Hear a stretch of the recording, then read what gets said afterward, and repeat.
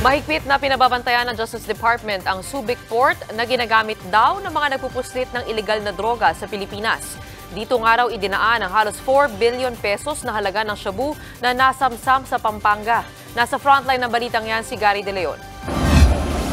Magkakasama pinasok ng mga operatiba ng NBI, Bureau of Customs at PIDEA. Ang warehouse na ito sa Mexico, Pampanga. Tumambad sa kanila ang mga sako ng patuka, kahon ng chicharon, dried fish at soft drinks at mga pakete ng tsaa.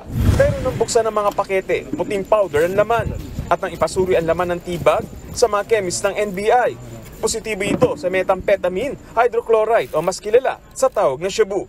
Ito yung bulto-bulto na shabu na galing pa raw ng Thailand at idiniklarang general merchandise na detekto ng BOC sa kanilang x-ray. Pero walang kumuhang consignee kaya nagsagawa na sila ng controlled delivery dito sa Pampanga. September 19 nang dumating sa port ng Subic ang kargamento at naproseso noong September 20. Ang mga otoridad mismo ang nag-deliver sa warehouse ng shipment para kunin ito ng consignee na local consumer goods. Pero walang sumipot para kunin ang shipment. Lahat po ng movement naman po niya, it was properly coordinated from before the arrival of the shipment. Lahat po ng movement po nitong shipment na to, NBI, PIDEA, and all other like that concerns this shipment, updated po kami lahat dito.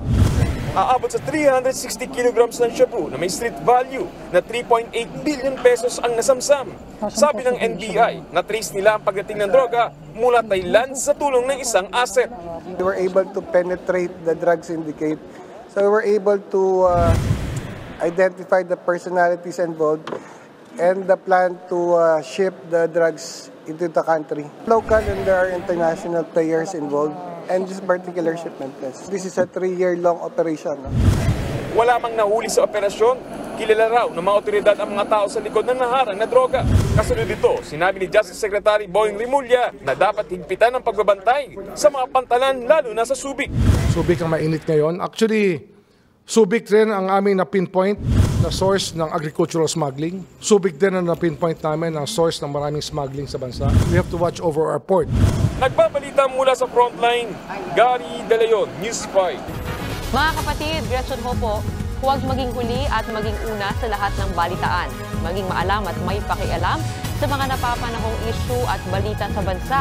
Mag-subscribe at mag-follow sa News 5 social media pages.